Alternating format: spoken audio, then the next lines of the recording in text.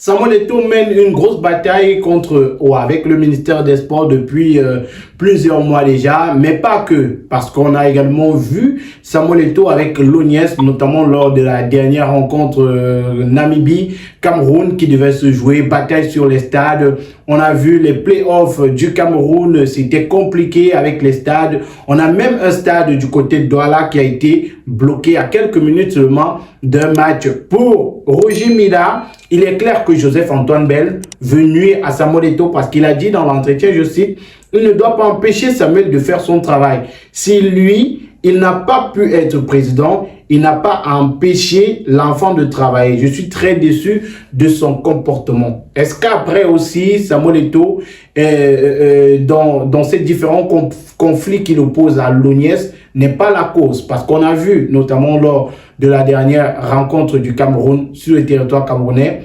l'ONIES qui proposait un stade qui pouvait aisément accueillir le match. Et après, on avait la FECAFOOT qui faisait un autre choix. Est-ce que le problème aujourd'hui, ce n'est pas la FECAFOOT qui part en conflit contre l'ONIES? Disons que la Fédération camerounaise de football se défend avec les moyens qu'elle a. Je pense que les différentes actions de la Fédération camerounaise de football aujourd'hui tendent à maintenir survivante cette fédération. Imaginez que Samuel Eto'o et sa fédération et son comité exécutif jettent complètement l'éponge et se disent oh, ces gens sont trop puissants, ils ont trop d'éléments avec eux, et se disent on va laisser qu'ils choisissent les stades, on va laisser qu'ils reçoivent les lions indomptables, on va les laisser loger les lions où ils veulent, on va les laisser choisir l'entraîneur. Donc en réalité, en ce moment, l'une des batailles de la Fédération camerounaise de football, c'est de se maintenir en vie. Et tous les moyens sont bons pour se maintenir en vie. Et je me réjouis de savoir que l'unique moyen dont ils disposent actuellement en leur faveur, ce sont les tests. Et encore là, ce sont les tests qu'ils utilisent pour pouvoir, j'ai envie de dire, se maintenir à flot. Donc, on a bien vu, en ce qui concerne l'épisode de l'ONIES, soyons tout à fait objectifs. Et souvenons-nous que la Fédération camerounaise avait fait la demande de faire jouer cette rencontre au stade de Japoma, laquelle demande avait été acceptée parce que il faut dire que l'ONIES avait donné son accord de principe et avait envoyé une facture pour Pharma, justement, pour que la fédération puisse régler toutes les factures affectées à ce type d'activité.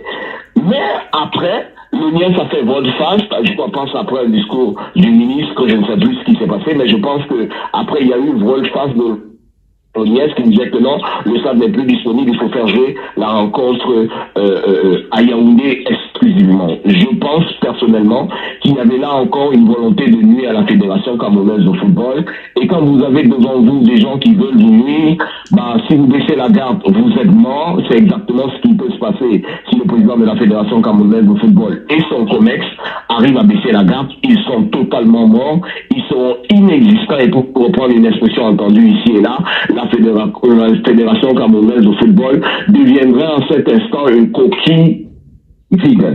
Donc là, c'est de bonne guerre que la Fédération camerounaise ait pu demander à ce moment-là que le match, la rencontre se joue ailleurs. Il s'agissait là pour moi d'une opération de survie de la Fédération camerounaise de football. Et on a ce discours-là qui revient, et on peut également le sentir dans la bouche de Roger Mila, je vais le dire comme ça. Si lui, il n'a pas pu être président, il n'a pas à empêcher l'enfant de travailler. Est-ce que le problème de Joseph-Antoine Bell aujourd'hui, c'est le fait qu'il n'ait pas pu être porté à la tête de la Fédération camerounaise de football? Parce qu'on le sait, il a tenté à maintes reprises de devenir président de la Fédération camerounaise de football, mais les élections ne lui ont pas souri. Les relations entre Samuel Eto'o et Joseph-Antoine Bell sont ambiguës depuis fort longtemps. Elles se sont elles se sont pourries, j'ai envie de dire. Elles ont connu un pourrissement extrême lors de l'élection de M. Djéa à la tête de la Fédération camerounaise de football. Avant de continuer, chers internautes, je vous propose la marque de chaussures Intenswear. Intenswear, ce sont des chaussures, ce sont des barbouches, ce sont des pieds nus. C'est désormais également des bombers qu'on vous propose.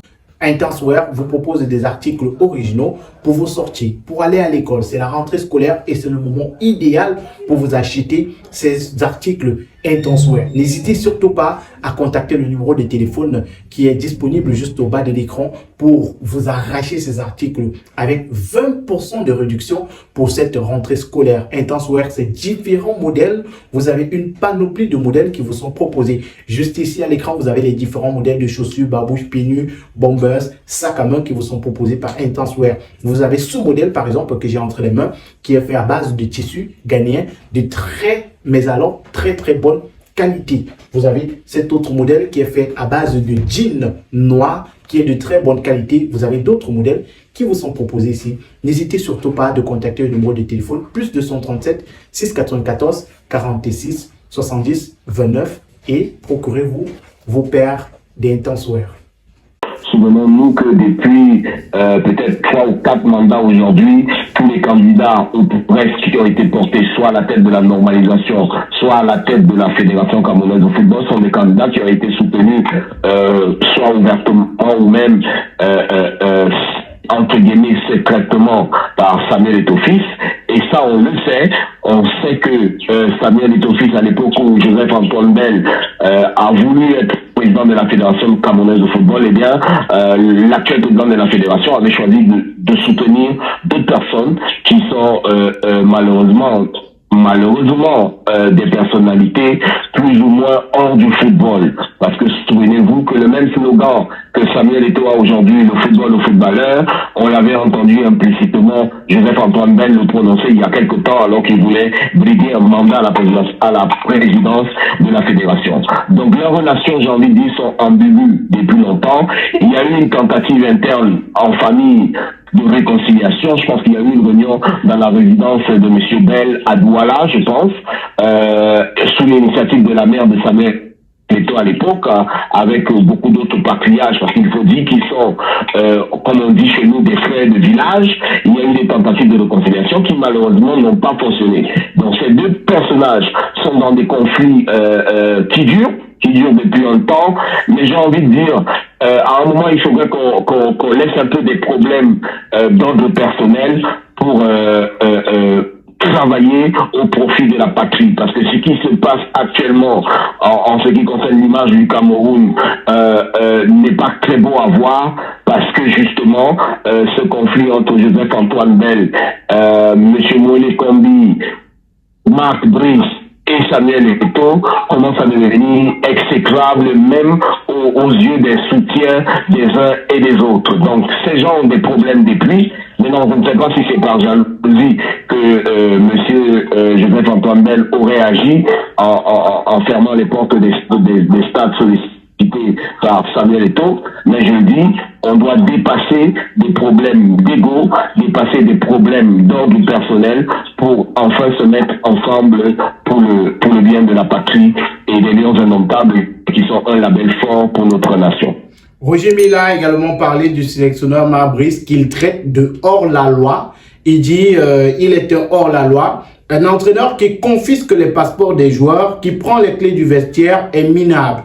Il doit arrêter ce qu'il fait. Le Cameroun n'est pas un petit pays. Il doit arrêter ce qu'il fait. Il insulte Rigobert Song, il insulte Samuel Eto'o. Demain même, il va m'insulter. S'il ne peut pas respecter nos légendes, qu'il dégage. Un message fort de Roger Mila. Le message ici, est-ce que il est passé pour les légendes ou alors c'est un soutien à Samuel Eto'o qui parle?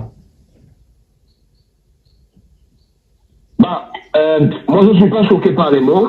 Je ne suis pas choqué par les mots. C'est quoi hors la loi? Hors la loi, c'est quelqu'un qui agit en dehors de la règle, en dehors de ce qui est prescrit.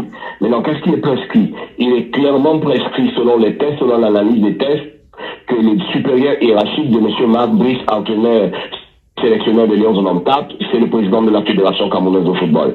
Donc, du moment où ce type dit qu'il ne veut pas travailler avec Samuel Eto'o, il devient hors la loi. Qu'est-ce qui est prescrit? Il est prescrit que la gestion des passeports, ou si tu veux, ou si vous voulez, la gestion de l'identification des joueurs soit affectée comment on l'appelle, à monsieur Benoît Amba, le coordonnateur nommé par la Fédération camerounaise de football. Donc, si monsieur Marc Brice se retrouve avec des passeports entre ses mains, il devient hors la loi. Et il est prescrit que monsieur Marc Brice, étant entraîneur-sélectionneur des Lions Indomptables et donc travaillant pour la patrie camerounaise sous la tutelle de la Fédération camerounaise de football, en tant que tel, devrait aller jouer sur tous les stades homologués par la Fédération camerounaise, par la Confédération africaine de football sur notre territoire national. Donc partout où la Fédération lui dit allons jouer, il devrait se lever pour aller jouer. Donc si on entend M. Macbrice dire que lui souhaite jouer tous ses matchs à Yaoundé, bah il devient hors la loi parce que là encore il s'éloigne de la norme. Et il est de bon ton en tant que personnel entre guillemets de la Fédération camerounaise de football, encore que je pense qu'il n'a pas encore de contrat, il est de bon ton que il adhère à une exigence du principe de confidentialité et donc de retenue. Donc il est de bon temps que lui, en tant qu'entraîneur sélectionneur de l'équipe nationale du Cameroun, eh ben qu'il ait au moins des règles de courtoisie à respecter vis-à-vis de ceux qui sont ses collaborateurs, sinon ses supérieurs hiérarchiques.